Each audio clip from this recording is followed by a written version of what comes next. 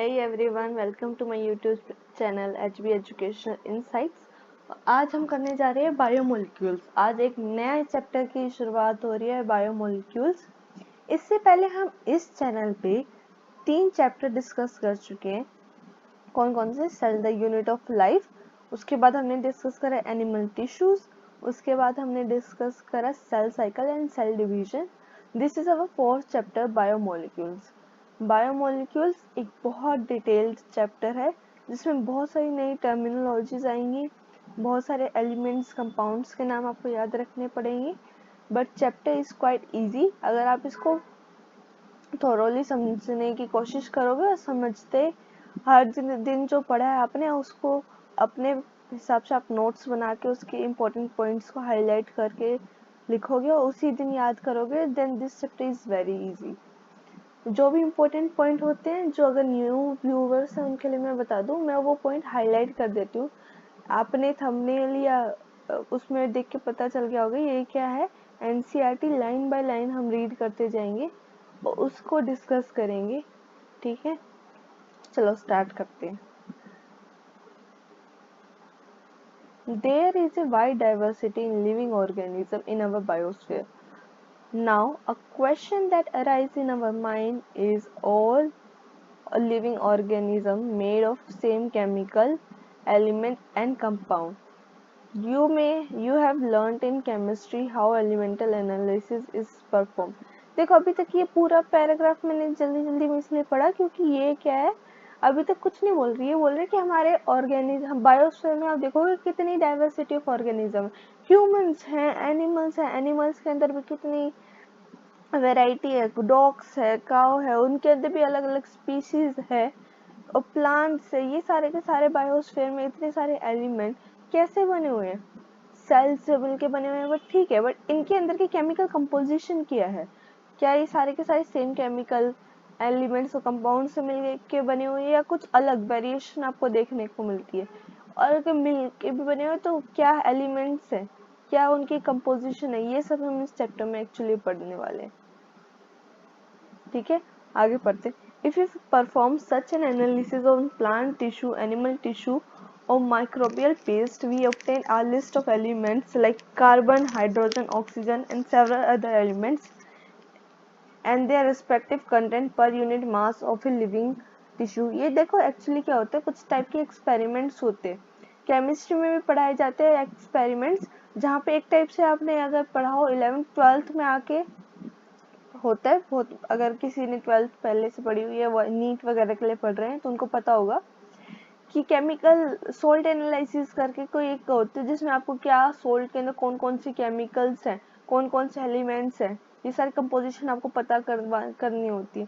तो ऐसे ये कह रहा है कि अगर आपने कभी इस टाइप का कोई एक्सपेरिमेंट वगैरह करे हो, हमको क्या होता है पता लग जाता है कि इस कंपाउंड के अंदर या इस टिश्यू के अंदर कौन कौन से एलिमेंट है। यूजुअली क्या होता है, हाइड्रोजन, कार्बन, ऑक्सीजन जैसे एलिमेंट्स अलग अलग कंटेंट में, अलग अलग रेशो में मेनली हर किसी लिविंग टिश्यू में प्रेजेंट होते हैं। If the same analysis is perform on piece of earth crust as an example of non living matter. अभी तक हमने किसके ऊपर एग्जाम वो करा था, एक्सपेरिमेंट करा था लिविंग में किसके, प्लांट के टिश्यू पे कर लिया हमने, एनिमल के टिश्यू या माइक्रोबियल पेस्ट। वो कह रहे हैं अगर एक बार ट्राई करके देखो, अर्थ की क्रस्ट का कोई पीस ले लो, अर्थ की क्रस्ट क्या है, ऊपर से कोई मिट्टी का एलिमेंट्स ले लिया हमने, कोई रॉक के एलिमेंट्स ले लिए, उसको फिर आगे जाके एनालिसिस करा, तो वो कह रहे हैं अर्थ के क्रस्ट को हम कैसे ले रहे हैं, नॉन लिविंग मैटर की तरह ले रहे हैं। We obtain a same similar list, क्या कह रहे हैं हमको ना सिमिलर लिस्ट, ये ऐसे कार्बन, हाइड्रोजन, ऑक्सीजन जैसे एलिमेंट्स अर्थ के क्रस्ट में भी मिलेंगे और लिविंग ऑर्गेनिज्म में भी मिलेंगे।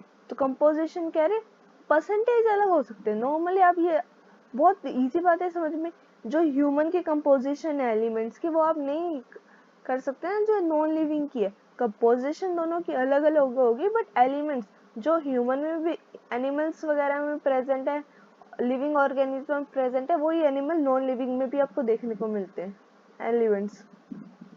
What is the difference between two, वही पूछा कि डिफरेंस क्या है।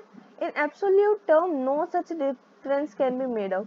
क्या कह रहे हैं, ऐसे बिल्कुल आप ये बोलोगे कि कार्बन नहीं है, इसमें कोई ऐसा खास डिफरेंस नहीं है। कार्बन तो जैसा कार्बन होता है वही होता है कार्बन के, बट क्या हो सकता है, मे भी ये हो सकता है कि कार्बन के जब हम अर्थ क्रस्ट पढ़ रहे हैं तो कोई आइसोटोप्स अगर आपको पता है, कार्बन के 2-3 टाइप के आइसोटोप्स होते हैं, मतलब कार्बन ही है, कार्बन का जो हमारा एटॉमिक नंबर है वो सेम है बट मास नंबर अलग है, वो होते हैं आइसोटोप्स। तो वही है कि वही कह रहे हैं कि कुछ ऐसे सच एब्सोल्यूट टर्म्स में आप डिफरेंस नहीं बता सकते, बट डिफरेंस होता है। All the elements present in the sample of Earth's crust are also present in same sample of living tissue. ये पहले ही उसने बोल दिया था। However, closer examination revealed the relative abundance of carbon and hydrogen with respect to other element in is higher in living organism than in earth crust. ये वाला point अभी तक आप हाईलाइट करो। क्या कह रहा है कि कार्बन और हाइड्रोजन क्या, अगर हम अदर एलिमेंट्स के रिस्पेक्ट में कंपोजिशन निकाले ना तो लिविंग ऑर्गेनिज्म में ज्यादा है अर्थ क्रस्ट से। अदर एलिमेंट्स से कैसे, हाइड्रोजन ऑक्सीजन के अलावा, सॉरी हाइड्रोजन और कार्बन के अलावा ऑक्सीजन भी हमारी बॉडी में प्रेजेंट है। हमारी बॉडी में बहुत आपको फॉस्फोरस भी दिखने को मिलेगा। ऐसे अगर आप और एलिमेंट्स की कंपोज उस रेशियो में देखोगे ना तो कार्बन और हाइड्रोजन लिविंग ऑर्गेनिज्म में परसेंटेज वाइज ज्यादा अर्थ क्रस्ट से। अगर एग्जांपल के लिए मैं बोल रही हूँ अर्थ क्रस्ट में वो 2% है, तो ह्यूमन की बॉडी में कितनी परसेंट होगा, 3%।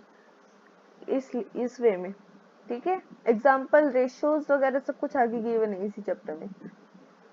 ये एनालिसिस कैसे करें, देखो मैं रेशियो बता रही थी ना, ये देखो फिगर 9 टेबल 9.1 में हाइड्रोजन और कार्बन का रेशियो ह्यूमन अर्थ क्रस्ट में कितना प्रेजेंट है, 0.14, और ह्यूमन बॉडी में देखो 9.5। कार्बन देखो अर्थ क्रस्ट में कितना प्रेजेंट है, 0.03, और ह्यूमन बॉडी में 18.5। आपको दिख रहा है कितना ह्यूज डिफरेंस है अर्थ क्रस्ट और ह्यूमन बॉडी के रिस्पेक्ट में, इन दोनों कार्बन और हाइड्रोजन का। यही वाली बात मैंने अभी तक जो मैंने समझाया है वो एक्चुअली कुछ इतना मैटर है नहीं, यहाँ से कोई क्वेश्चन नहीं आता। जो मैंने अभी अगर आएगा अभी तो जो मैंने पॉइंट अभी हाईलाइट करा है उससे आएगा। तो ये बात मैंने जो अभी तक समझाई थी वो बहुत स्लो वे में समझाई थी। अब जो क्वेश्चंस वगैरह जो अंडरस्टैंडिंग है, जो प्रॉपर मेन चैप्टर है, वो यहाँ से 9.1 how to analyse chemical composition से स्टार्ट हो रहा है, और इसमें आपको बहुत सारी नई नई चीज देखने को मिलेगी। अब थोड़ा सा अपना फोकस आप बढ़ा लो, ठीक है। We can continue asking in the same way what type of chemical compound are found in living organism, how does one go to find the answer, to get the answer one has to perform chemical analysis। अंदर क्या क्या animal या organism के अंदर क्या क्या compound present है, उसके लिए आपको केमिकल एनालिसिस तो करना पड़ेगा ना, एक टाइप का एक्सपेरिमेंट तो परफॉर्म करना पड़ेगा कि उसके अंदर क्या है वो देखने के लिए। We take any living tissue, अब देखो यहाँ से स्टार्ट हो रहा है। मान लो हमने कोई लिविंग टिश्यू लिया, सबसे पहले क्या, कोई भी लिविंग टिश्यू ले लो, आपको जिसकी भी केमिकल कंपोजिशन फाइंड करनी है। वेजिटेबल ले लो, कोई पीस ऑफ लीवर ले लो, ये कोई क्या है, कोई अगर जिसके भी कंपोनेंट की आपको केमिकल कंपोजिशन फाइंड करनी है वो आप लिविंग टिश्यू ले लो। उसको क्या करो, ग्राइंड करो इन किसमें, ट्राइक्लोरोएसिटिक एसिड में। ट्राइक्लोरोएसिटिक एसिड का केमिकल फॉर्मूला क्या है, Cl3CCOOH। COOH के डिनोट कर रहा है एसिड, जो ये क्या होता है कार्बोक्सिलिक एसिड, एसिड डिनोट कर रहा है। एसिटिक एसिड का मतलब जहाँ 2 कार्बन आते हैं तो वहां पे एसिटिक वर्ड यूज करते हैं।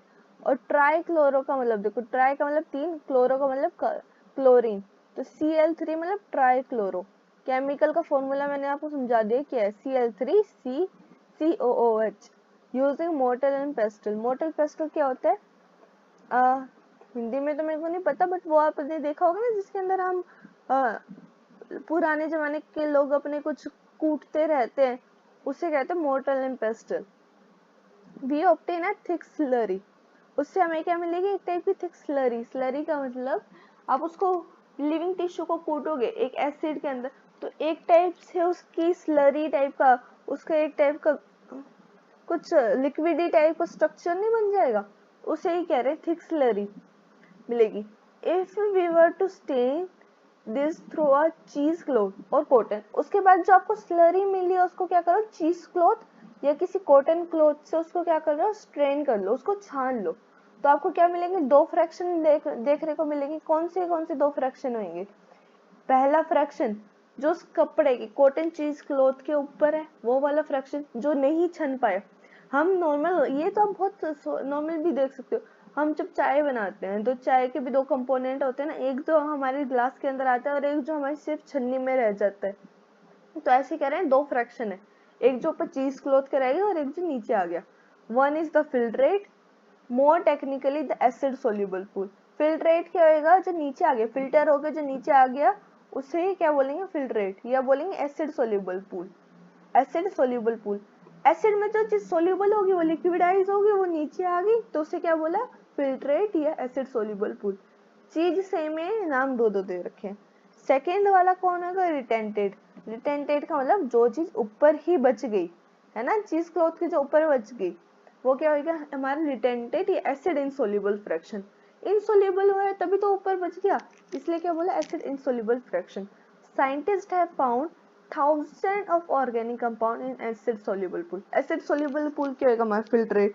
साइंटिस्ट जब केमिकल एनालिसिस कर रहे थे उनको हजारों ऐसे ऑर्गेनिक कंपाउंड मिले एसिड सोल्यूबल पूल में। आगे पढ़ते हैं।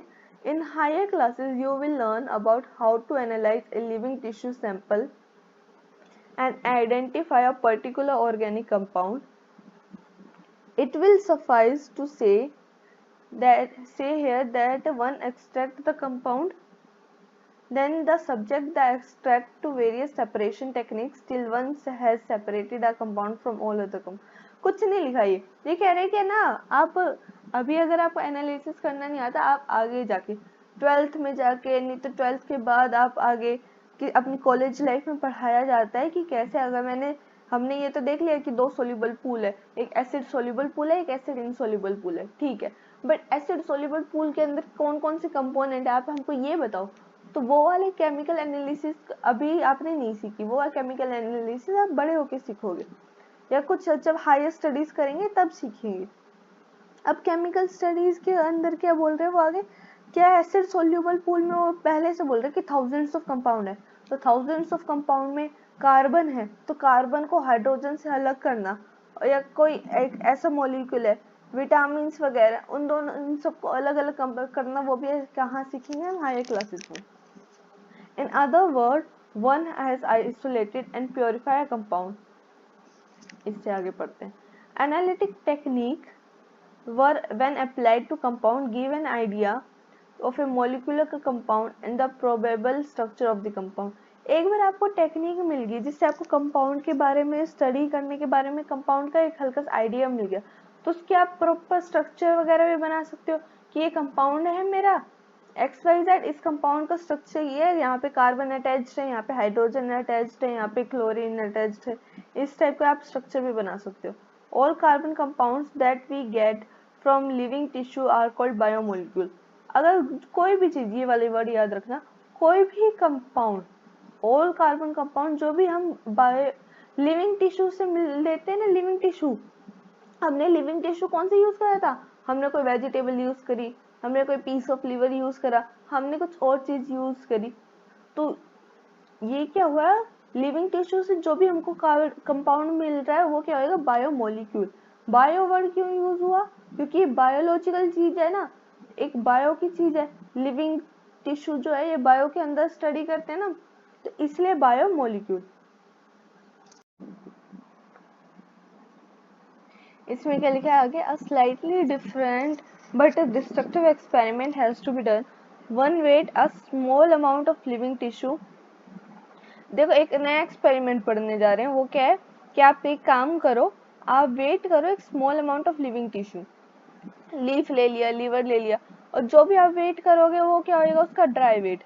मान लो मैंने कोई लीफ ली या मैंने कोई वेजिटेबल का पीस लिया और मैंने उसको क्या करा, मैंने उसको वेट करा वेइंग मशीन में रख के, मान लो मेरा कुछ 240 ग्राम वेट आया, ठीक है, बाय हम एग्जांपल ले रहे कुछ ऐसा एग्जैक्ट वैल्यू नहीं बता रही हूँ मैं, 240 ग्राम वेट आया मेरा, ठीक है, तो वो वेट क्या होगा उसका, वेट वेट। वेट वेट क्यों बोल रहे हैं हम उसे, क्योंकि उस वेट के अंदर ना, आप समझने की कोशिश करो, उसके अंदर पानी भी, लिक्विड कंपोनेंट भी होएगा ना, इसलिए हम उसे कह रहे हैं वेट वेट। अब उसको क्या करो, सन के नीचे रखो, माइक्रोवेव कर दो, तो क्या हो जाएगा, ड्राई हो जाएगा। तो हम ड्राई करके वेट करो, उससे को क्या बोलेंगे हम, ड्राई वेट। देखो, and dry it, all the water evaporate, जब ड्राई करोगे तो सारा का सारा पानी इवेपोरेट हो जाएगा, remaining material gives dry weight, जो बचा हुआ मटेरियल है वो क्या देगा आपको, ड्राई वेट देगा। Now if the tissue is fully burned, all the carbon compound are oxidized to gaseous form, carbon dioxide and water vapor are removed। अब देखो क्या बोला, पहले हमने क्या पढ़ा, एक पहले वेट वेट करो, ड्राई करो, ड्राई वेट करो, ड्राई वेट करने के बाद आपको, ड्राई वेट करने के बाद क्या मिलेगा, कि जो हमारा वाटर कंपोनेंट था वो उड़ गया, है ना।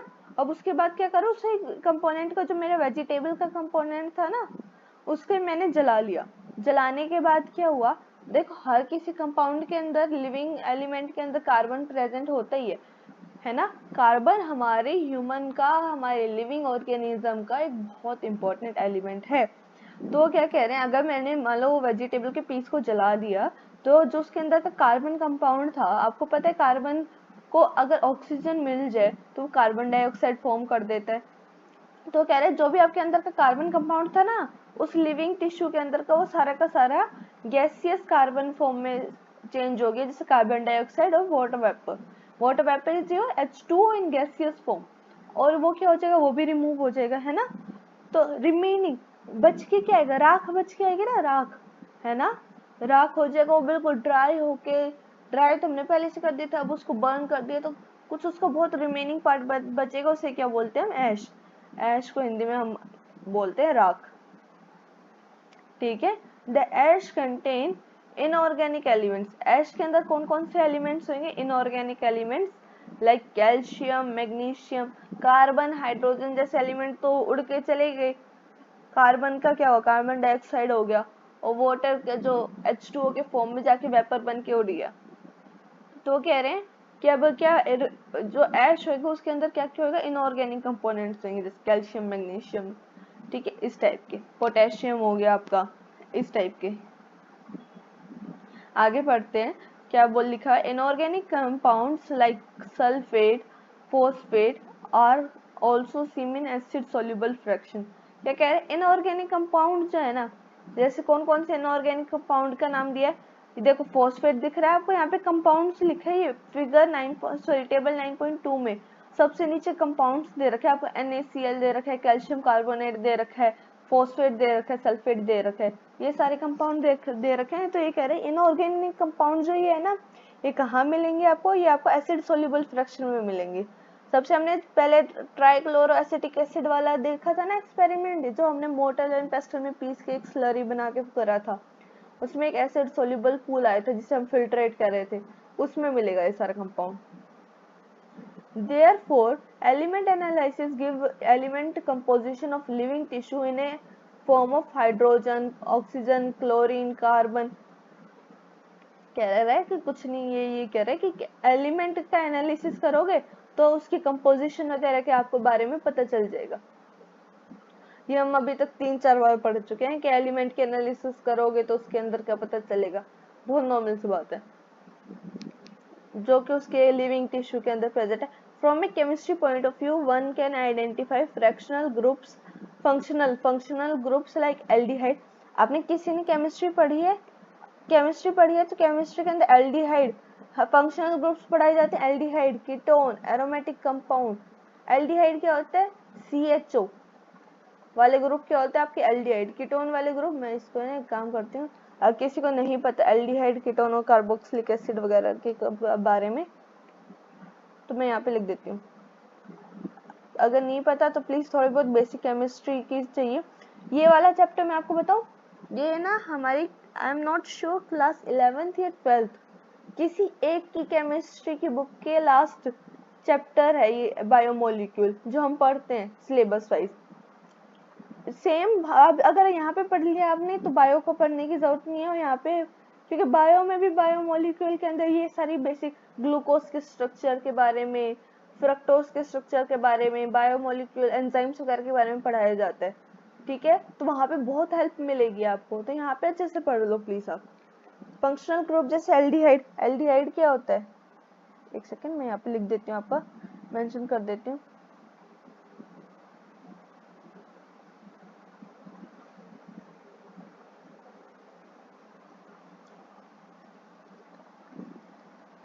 एल्डिहाइड में क्या आएगा आपका, CHO, इसको मैं कैपिटल में लिख देती हूँ, CHO। ये आते हैं आपके एल्डिहाइड के अंदर। फिर आते हैं आपके कीटोन्स। कीटोन्स में क्या होता है, कार्बन होता है एक, और कार्बन के साथ क्या होता है, डबल बॉन्ड के साथ ऑक्सीजन अटैच्ड होता है, इसे क्या बोलते हैं, हम कीटोन बोलते हैं। ठीक है, उसके बाद आता है कार्बोक्सिलिक एसिड। क्या आता है, कार्बोक्सिलिक एसिड।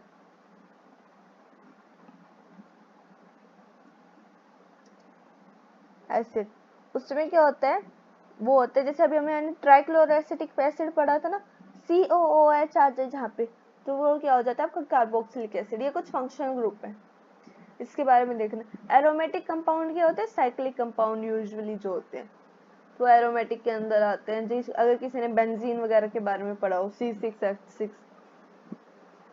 अगर ये आपने नहीं पढ़ा ना तो ये थोड़ा बहुत बेसिक है, ये बहुत ज्यादा डेप्थ में नहीं है, बट हल्का फुल्का नॉलेज आपको होना चाहिए इन सारे एलिमेंट्स वगैरह, कंपाउंड वगैरह के बारे में।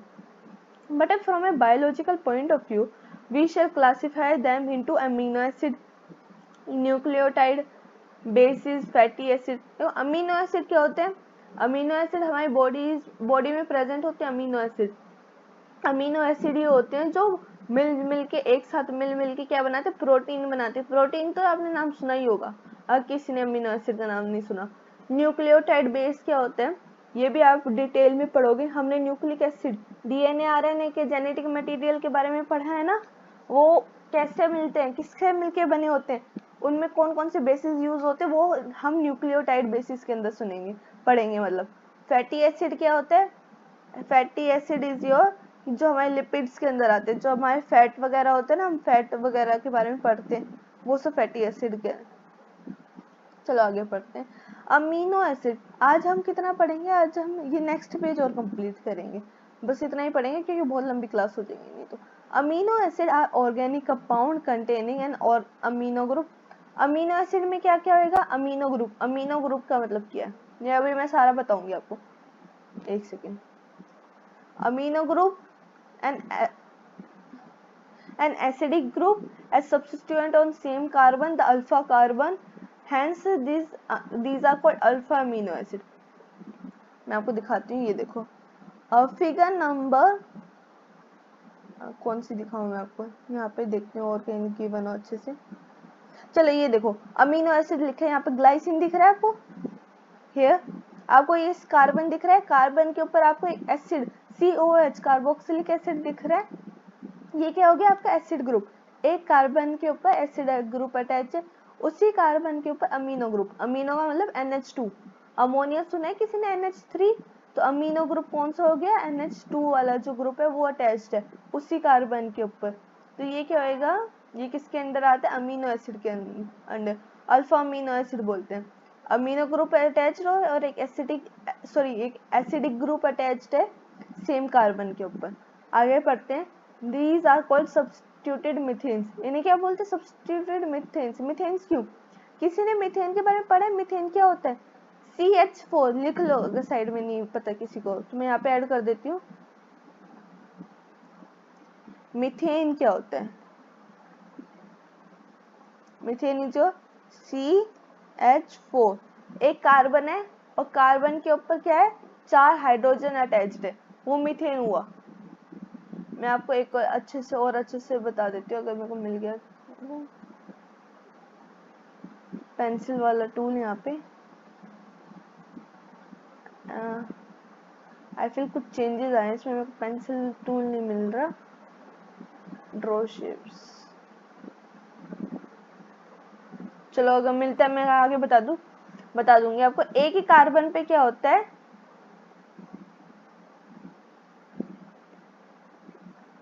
कोई दूसरा शेप है, एक दो सेकंड मेरे को जस्ट एक दो सेकंड दीजिए बस। आपको ये अच्छी सी दिखने को मिल जाएगा।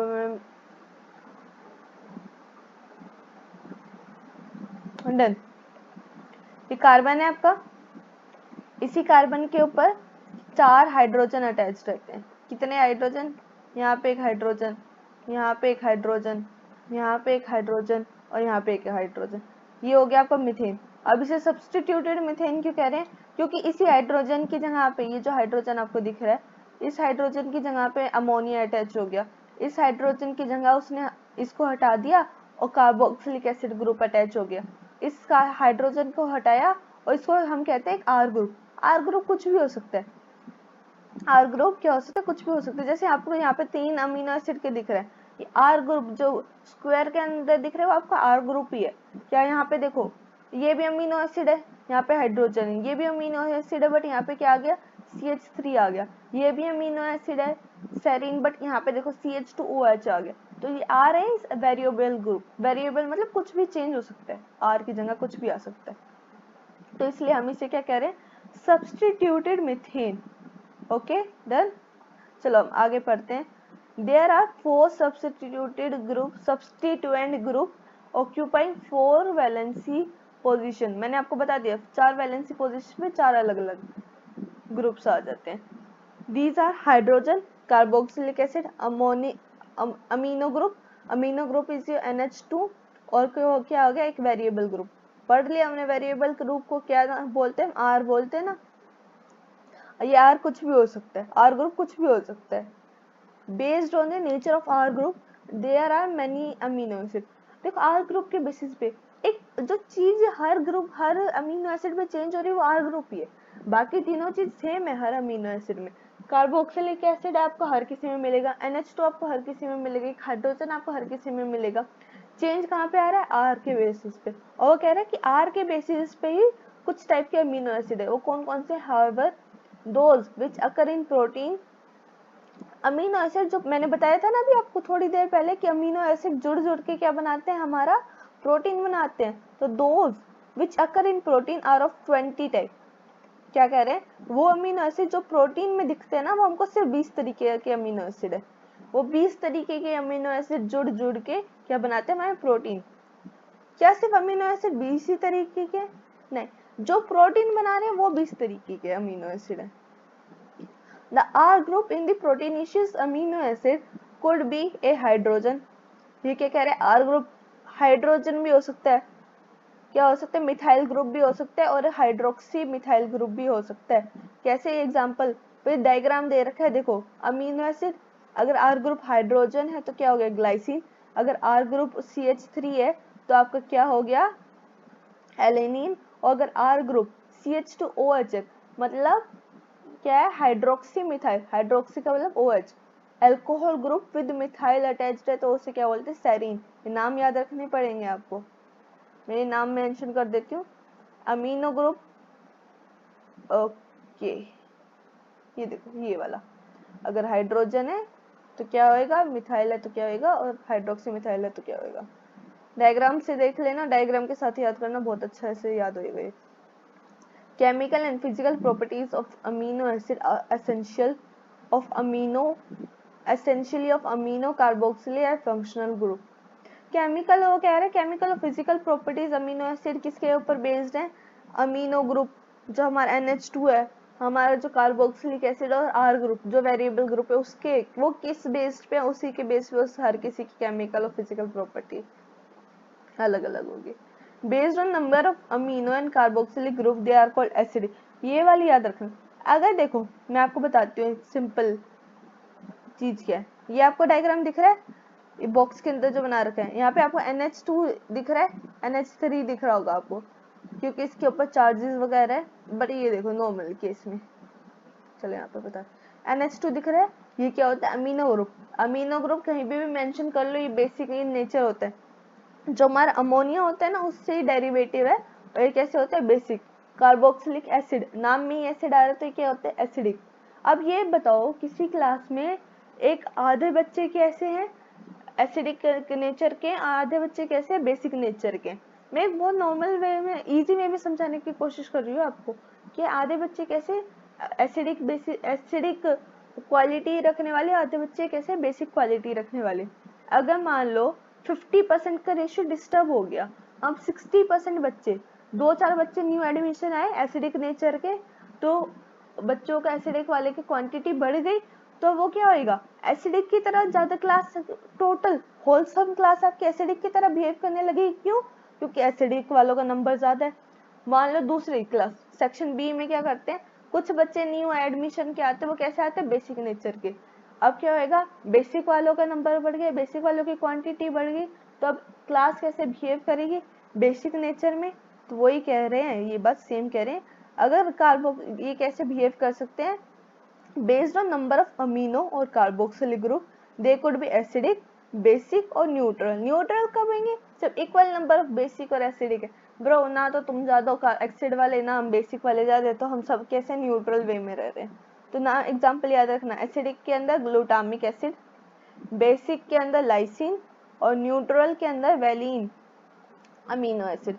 न्यूट्रल वाले में क्या होगा, दोनों COH भी प्रेजेंट होएगा और क्या होएगा आपका NH2 भी प्रेजेंट होएगा। आगे बढ़, similarly there are aromatic amino acid, aromatic amino acid भी है उसकी तरफ। अभी हमने एसिडिक बेसिक पढ़ा है, ऐसे एरोमेटिक अमीनो एसिड है। 3 एग्जांपल है, कौन कौन से, टायरोसिन, फिनाइल एलानिन और ट्रिप्टोफैन। ये तीनों एग्जांपल आप नाम याद रखना, ये कुछ नहीं है, ये नाम है अमीनो एसिड के। ये नाम तो नाम की तरह ही याद रखने पड़ेंगे, जैसे ह्यूमंस के नाम होते हैं वैसे अमीनो एसिड के नाम है। एरोमेटिक अमीनो एसिड के अंदर ये 3 नाम आपको याद रखना है। A particular property of amino acid is the ionizable nature of NH2 and COH molecule। एक पर्टिकुलर प्रॉपर्टी जिसके बारे में हम पढ़ेंगे वो क्या, ionisable nature, ionisable nature of NH2 and COH। क्या बोलना चाह रहे हो, वर्ड क्या है, आयनाइजेबल का मतलब क्या है, देखो मैं अभी पढ़ाती हूँ। Hence in the solution of different pH the structure of amino acid changes। जैसे जैसे आप pH चेंज करोगे वैसे वैसे उनके स्ट्रक्चर क्या होंगे, बदलते जाएंगे। आयनाइजेबल का नेचर होता है, देखो अभी NH2 और COH दिख रहा है बिल्कुल न्यूट्रल है, क्या कुछ चार्ज दिख रहा है आपके इसके ऊपर, नहीं ना, कोई चार्ज आपको नहीं दिख रहा है इसके ऊपर, तो ये क्या है, न्यूट्रल। बट ये क्या है कि ये कह रहा है कि हम न्यूट्रल तो है, हमारे ऊपर अभी कुछ चार्ज नहीं है, बट हमारे ऊपर चार्ज आ सकता है। अब मेरा COH है, मेरे ऊपर माइनस चार्ज तुम लाने को चाहो तो मेरे ऊपर माइनस चार्ज ला सकते हो। NH2 है, कोई बात नहीं, वो कह रहा है कोई बात नहीं, मैं ना NH2 बेसिक हूँ और मेरे ऊपर प्लस वाला चार्ज ला सकते हो आप। तो ये क्यों प्लस माइनस के चार्ज क्यों आए, कैसे आए, वो भी मैं बताती हूँ। न्यूट्रल की बात करते हैं, चलो यहाँ पे क्यों न्यूट्रल नहीं बना रखा, मैं आपको एक न्यूट्रल ड्रॉ करके दिखा देती हूँ। सेम इसी का ही फॉलो पैटर्न में लिख के दिखाते हैं। CH लिखा है, एक COH मैंने इधर ऐड कर लिया, COOH। what is this, this is carboxylic acid group and here I am adding NH2। what is NH2, this is a kind of basic group, okay। then we are adding here an R group। what is R group, a variable group which could be anything, okay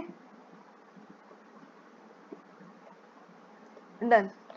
so C क्या है यहाँ पे, अब आगे क्या है आपको, यहाँ पे इसके COOH दिख रहा है आपको, यहाँ पे आपको H दिख रहा है, ये H क्या होता है, आयनाइजेबल।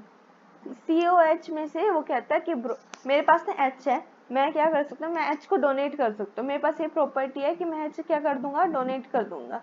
कह रहा है कि डोनेट आप कर दोगे कि बट लेगा कौन इस H को, कह रहा है कि ना एक काम करते हैं, ये जो NH2 है ना वो कहते हैं कि मैं H ले लूंगा, क्योंकि एसिड की प्रॉपर्टी अगर आपने केमिस्ट्री में थोड़ा बहुत बेसिक भी नॉलेज हो, आपको ये पता होगा एसिडिक का जो चीज होती है वो क्या करती है, H प्लस डोनेट करती है। तो ये कार्बोक्सिलिक एसिड एसिड है तो क्या करेगा, अपना H प्लस डोनेट कर देगा कि लो भाई मेरे एसिडिक प्रॉपर्टी है, मेरा काम ही H प्लस डोनेट करना, तुम ले लो। ये दूसरी साइड क्या बैठा हुआ है, बेसिक ग्रुप बैठा हुआ है। बेसिक ग्रुप की एक्टिविटी क्या होती है, बेसिक ग्रुप होता है जो H प्लस एक्सेप्ट कर लेते हैं कि मैं ना H प्लस एक्सेप्ट कर लूंगा, बेसिक है, कह रहा है कि मैं तेरे को देना है तो मेरे को दे, मेरा प्रॉपर्टी है कि मैं H प्लस वो क्या करता हूँ, एक्सेप्ट करता हूँ। तो ये क्या कर लेगा, H प्लस ले लेगा। कोई चीज कुछ देती है तो उसके ऊपर माइनस चार्ज आता है और कोई चीज कुछ एक्सेप्ट करती है तो उसके ऊपर पॉजिटिव चार्ज आता है। तो देखो केस नंबर B देखो यहाँ पे इसमें क्या है, जो COOH था ना उसने अपना H दिया, ये H उठ के कहाँ चला गया, NH3 के पास। NH2 था पहले, NH देखो यहाँ पे मैंने NH2 लिखा है ना, NH2 से एक H प्लस एक्सेप्ट करके क्या बन गया NH3, ऊपर क्या आ गया चार्ज, पॉजिटिव का चार्ज आ गया। ठीक है, तो ये क्या बन गया, बी क्या है आपका, zwitter ionic form. Zwitter ionic form मतलब देखो इस फॉर्म में आपके पास प्लस भी है, आपके पास माइनस भी है, जहाँ पे आपके दोनों चार्ज प्लस माइनस दोनों फॉर्म प्रेजेंट हो तो उसे हम क्या बोलते हैं, ज्विटर आयनिक फॉर्म। इसी की स्टडी हम यहाँ पे कर रहे हैं। ठीक है, चलो आगे बात करते हैं। एक बार मैं ये रिमूव कर दूं सारा।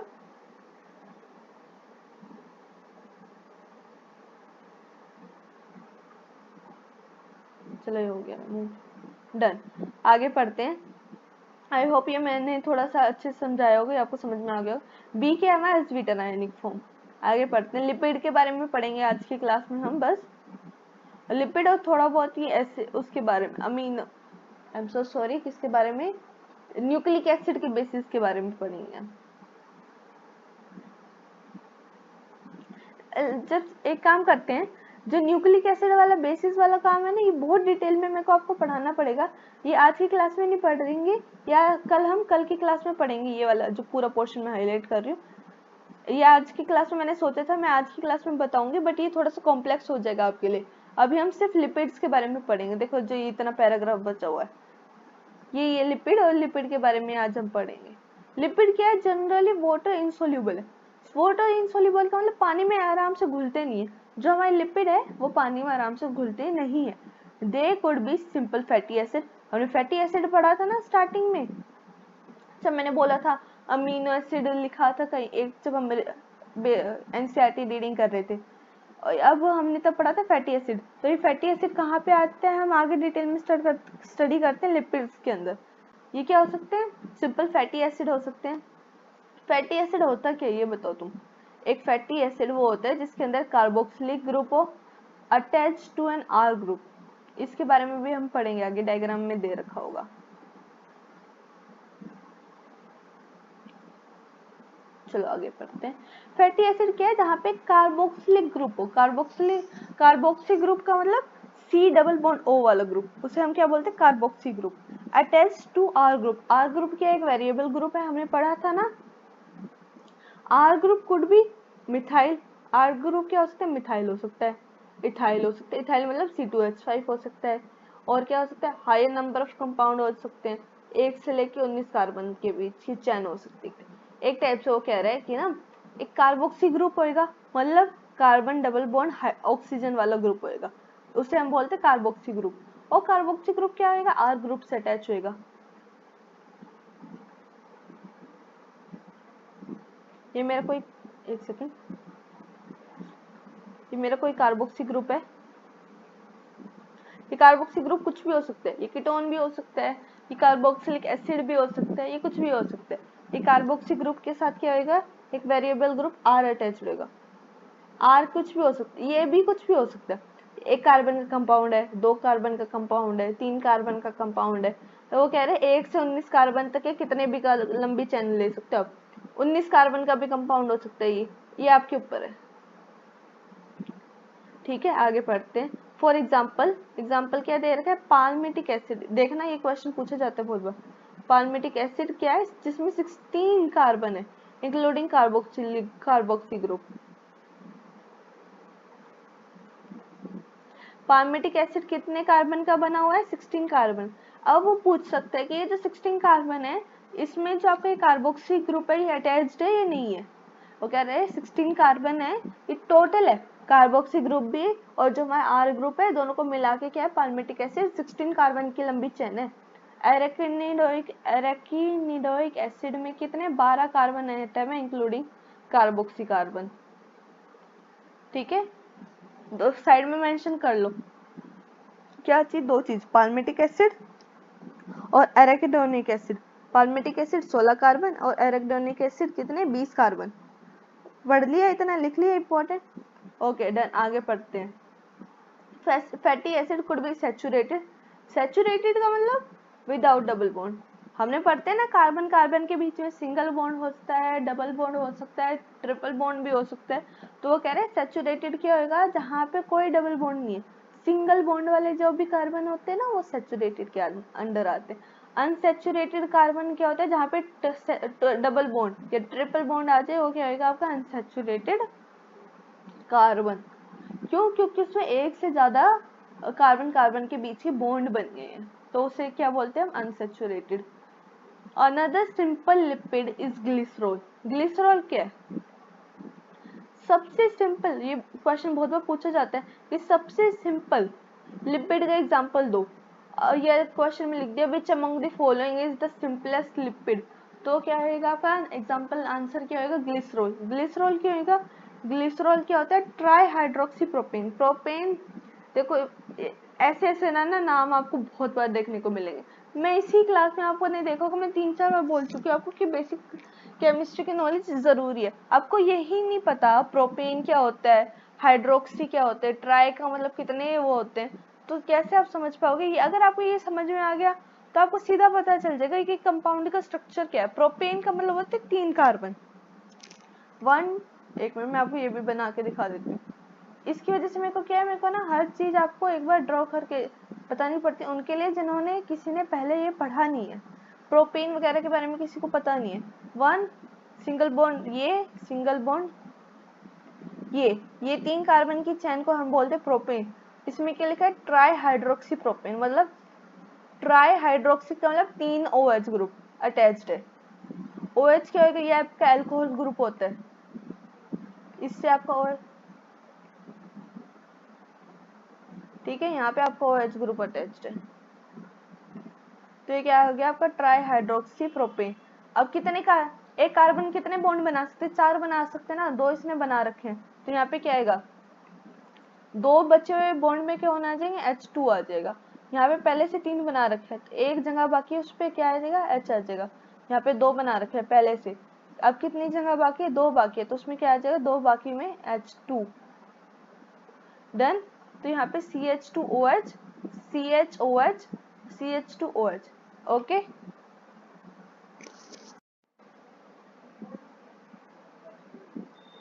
इसमें आगे क्या लिखा हुआ है कि many lipid have both glycerol and fatty acid. ये बहुत सारे लिपिड क्या होते हैं जिनके पास ग्लिसरॉल और फैटी एसिड दोनों चीज होती है। अभी हमने क्या पढ़ा था? अभी हमने पढ़ा था कि सिर्फ किसी के पास क्या हो, या तो लिपिड के पास ग्लिसरॉल हो या क्या हो, फैटी एसिड। बट अब कह रहे हैं कि बहुत सारे लिपिड के पास बोथ होते हैं, ग्लिसरॉल भी और फैटी एसिड भी, ठीक है। और फैटी एसिड कैसे मिलते हैं? Esterified with glycerol. Esterified with glycerol का मतलब है kind of attached to glycerol, ठीक है। दोनों का एस्टेरिफिकेशन होता है। एस्टेरिफिकेशन काइंड ऑफ प्रोसेस होता है जिससे दोनों चीजें ये जॉइंड होती है, ठीक है। आगे क्या लिखा हुआ है? They can be then monoglyceride, diglyceride, triglyceride. क्या क्या हो सकते हैं? Mono, di, tri. तो मोनो, डाई, ट्राइग्लिसराइड क्या है मतलब इसका? चलो ये मतलब समझते हैं पहले इस डायग्राम के थ्रू। कैसी? यहाँ पे ट्राइग्लिसराइड का आपको एक डायग्राम दे रखा है, क्या है ना? आपको यहाँ पे क्या दिख रहा है? CH2 CHOH। ये आपको फिगर वाइज ये देखो ग्लिसरॉल जैसा नहीं लग रहा? यहाँ पे भी CH2 मॉलिक्यूल है, यहाँ पे बीच में CH है, यहाँ पे CH2 मॉलिक्यूल है, यही है। और यहाँ पे इन्होंने क्या कर रखा है? R ग्रुप, एक kind of variable fatty acid को ग्रुप को 3 फैटी एसिड ग्रुप क्या कर रखे हैं इन्होंने? अटैच कर रखे हैं एक ग्लिसरॉल से। यहाँ पे देखो, यहाँ पे R1 R2 is your another fatty acid, R3 is your another fatty acid। ये तीनों फैटी एसिड को एस्टेरिफाइड कर रखे हैं ग्लिसरॉल के साथ, तो ट्राइग्लिसराइड। ट्राई का मतलब यहाँ पे 3 फैटी एसिड है, डाई में कितने होंगे? यहाँ पे 2 फैटी एसिड, और उसके बाद क्या है? मोनोग्लिसराइड में यहाँ पे कितने फैटी एसिड होंगे? 1 फैटी एसिड। आपने ये देख लिया, आगे पढ़ते हैं। These are also called fats and oil। Fats और ऑयल के बारे में बात कर गया। फैट्स और ऑयल ना यूजुअली हम अपने घर के अंदर भी देख लेते हैं, क्या होते हैं fats and oil? Fats and oil based on melting point. देखो ऑयल्स होते हैं ना, हम ऑयल देखते हैं अपने घर में, अलग अलग टाइप के ऑयल्स हमारे घर में प्रेजेंट होते हैं, ठीक है। For cooking, for other use. हम ये देखते हैं कि जो ऑयल्स होते हैं वो विंटर के टाइम में भी ऑयल के जैसे लिक्विड में ही रहते हैं। बट जो हमारे फैट्स हैं यूजुअली, चलो मैं आपको एक घी का एग्जांपल लेके बताती हूँ। घी आप देखोगे तो आप देखते होगे घी ना विंटर में और समर में अलग अलग टेक्सचर शो करता है। समर में मेल्टेड फॉर्म में रहता है हमारा जो घर में घी वगैरह होते हैं, और विंटर्स में आके वो क्या हो जाते हैं, जम जाते हैं, सोलिडिफाई हो जाते हैं। अगर हमको यूज करना होता है उसको तो हम पहले लिक्विड करते हैं, उसे हीट के ऊपर ले जाके फिर हम उसको यूज करते हैं। तो वो क्या है, ऑयल्स के have lower melting point, low melting point होता है ना, इसलिए तो वो हमेशा ऑयल के फॉर्म में रह जाता है। एग्जाम्पल के लिए लिख रखा है gingelly oil, and hence remain as oil in winters. Okay done, ये तो बात हमने पढ़ ली थी और हमको नॉर्मल डेली लाइफ में देखने को भी मिलती है।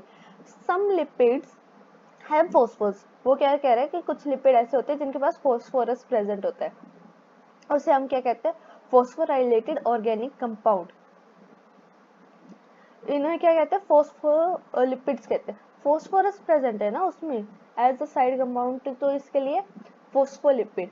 और ये क्या फोस्फोराइलेटेड ऑर्गेनिक कंपाउंड क्यों है, कोई एक ऑर्गेनिक कंपाउंड है कोई भी जिसके साथ फोस्फोरस अटैच्ड है, तो उसके लिए एक स्पेसिफिक ये वाला नाम दिया गया है। ओके, ये फोस्फोलिपिड, फोस्फेट प्लस लिपिड वाला कंपाउंड, ये कहाँ मिलते हैं, सेल मेम्ब्रेन में भी मिलते हैं। ये लेसिथिन एक वन ऑफ द एग्जांपल है फोस्फोलिपिड का।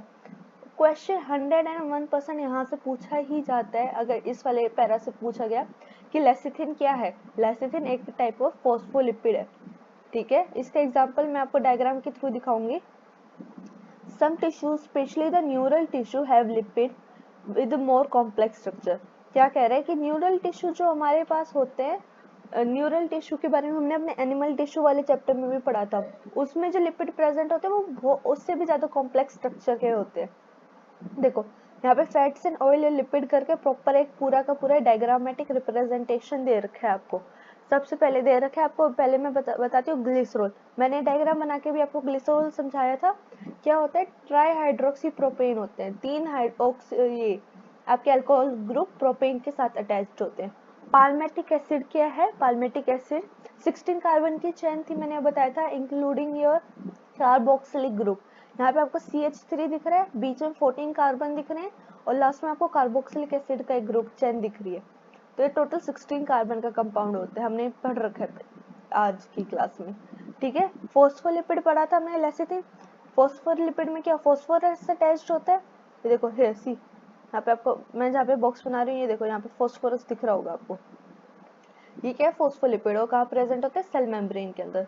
ट्राइग्लिसराइड अभी समझाया मैंने आपको, और कोलेस्ट्रॉल भी एक काइंड ऑफ लिपिड है।